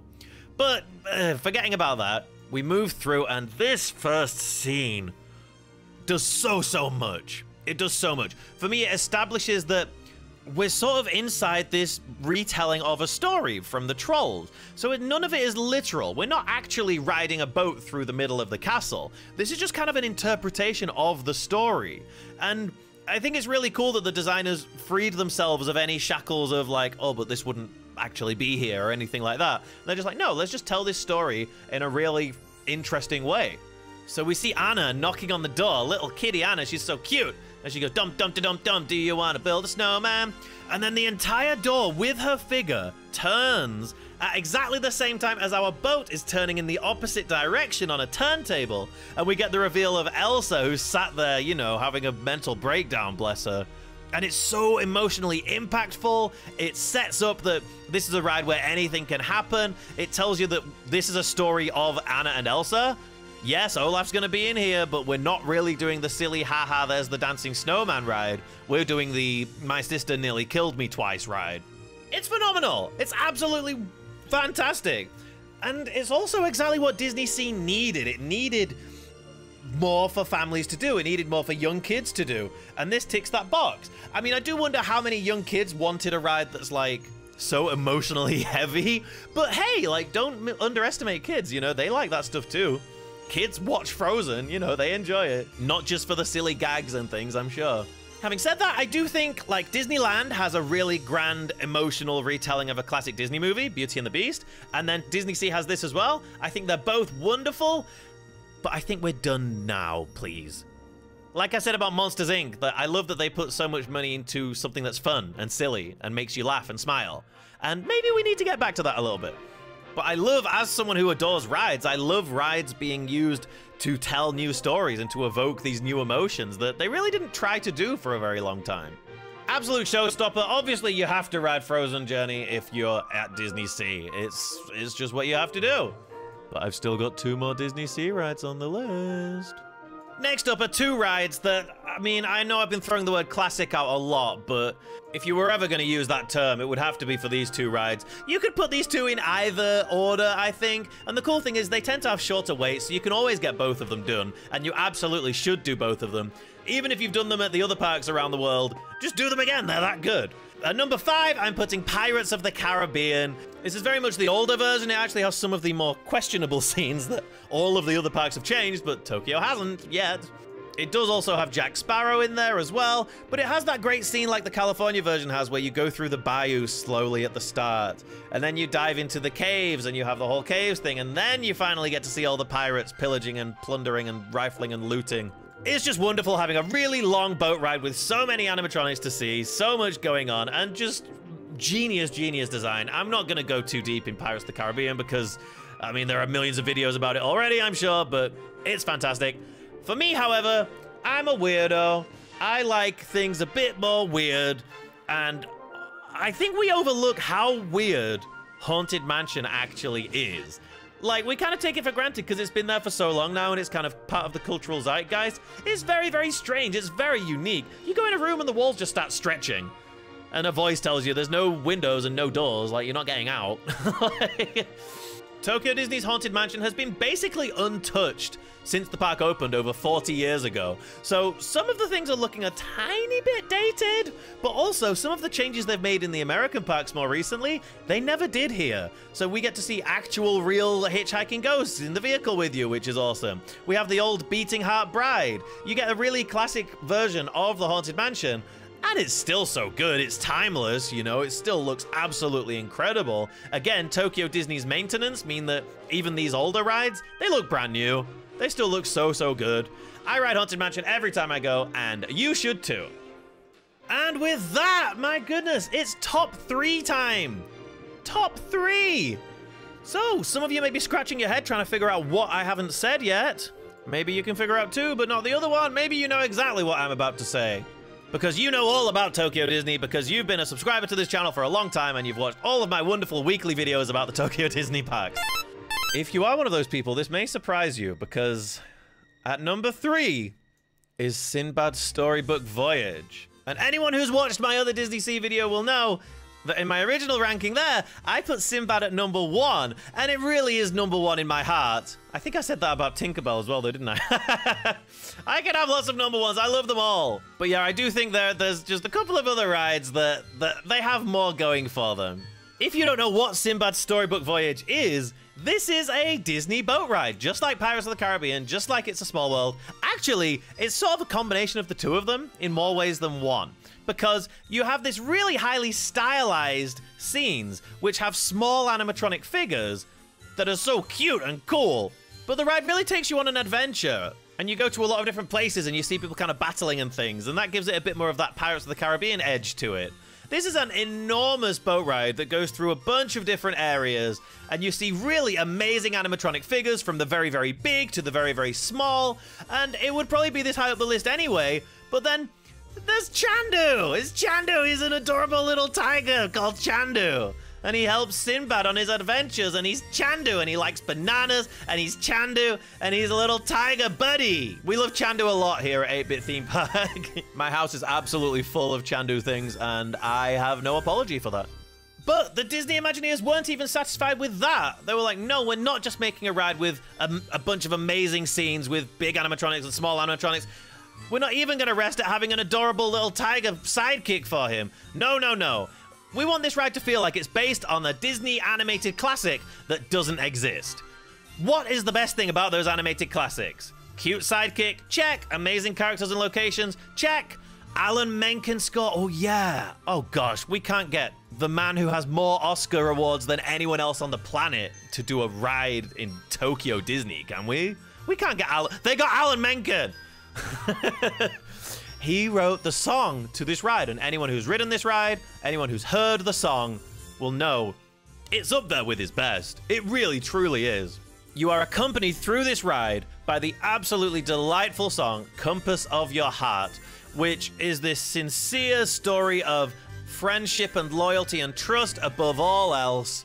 It's an infectious earworm, but you don't even end up being mad that it's stuck going around your head over and over again because it's just that good.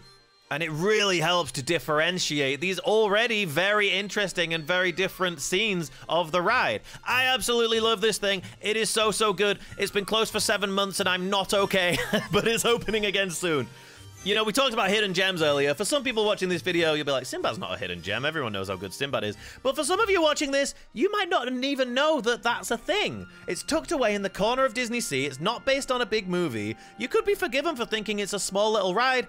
It's one of the best rides in the world.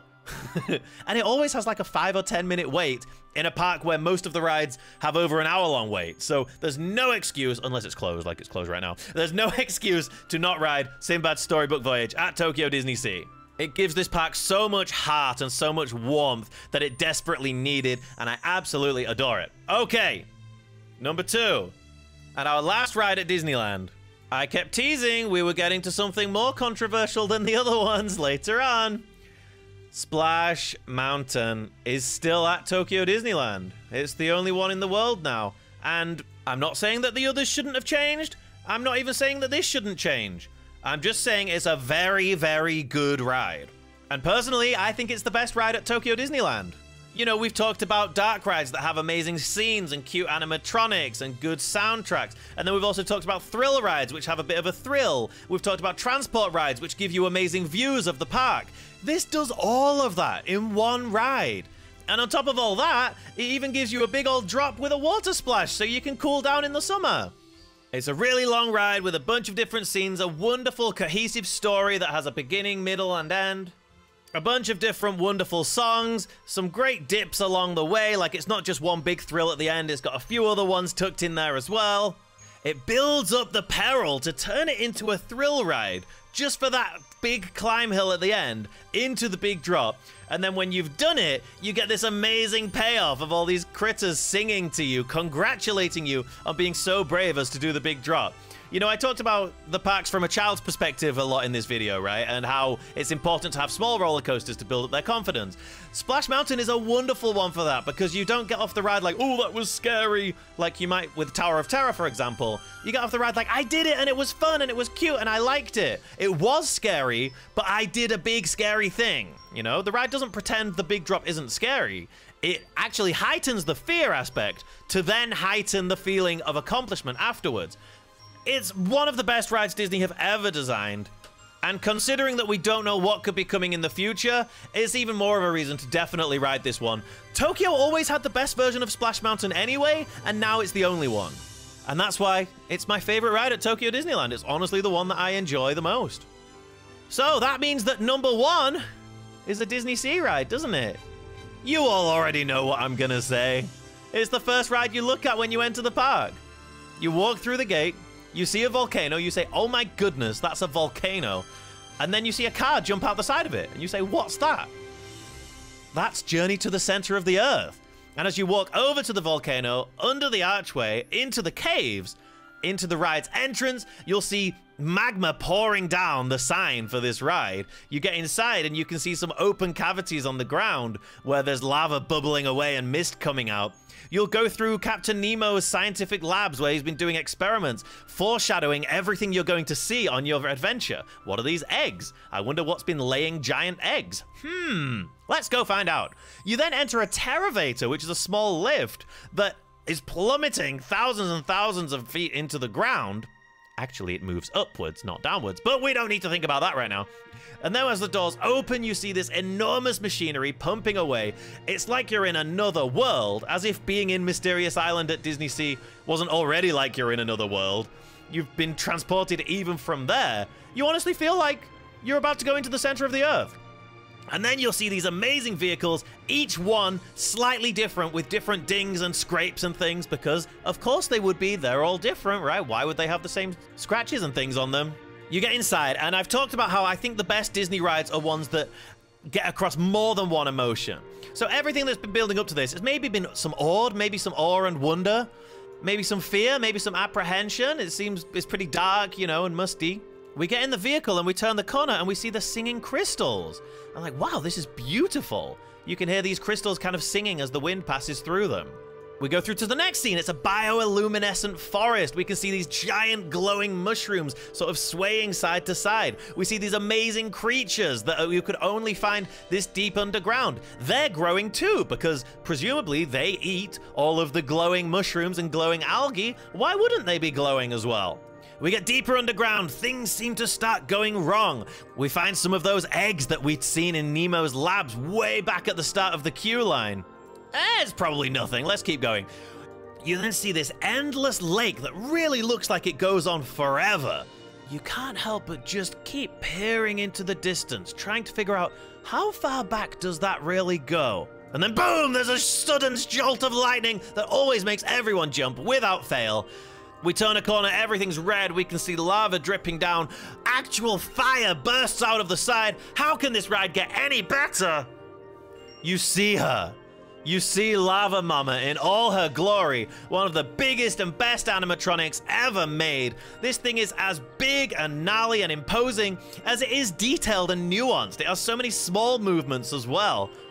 But you don't get enough time to look at all that because, of course, you're going to floor it, go as fast as you can, jump out of the volcano. You get the payoff from the moment you entered the park and saw a car coming out of the side of the volcano. That moment has finally been paid off, presumably hours and hours later. You whiz around Mysterious Island, get one last glimpse out to this incredible themed area from the bridge, and then you stop and you finish the ride. My goodness, it's just so good. And like I said, I had Sinbad at #1 on my list before, and I absolutely adore it, and it's wonderful. But I always felt something niggling away at me every time I went to Disney Sea after I made that video. And I rode Center of the Earth, and I'm like, well, no, this is obviously the best one, isn't it? And it's just incredible that the park has both of these awesome rides, you know, that are so different, but so incredible. Ugh, Disney Sea is so good. You might be thinking because I put the #1 ride at Tokyo Disney Resort as a Disney Sea ride, that I think Disney Sea is better than Disneyland. Maybe I should only go to Disney Sea and I shouldn't go to Disneyland. Not exactly. Check out this video if you want to know which park I actually think is the best, and which one you should visit if you're planning to come soon.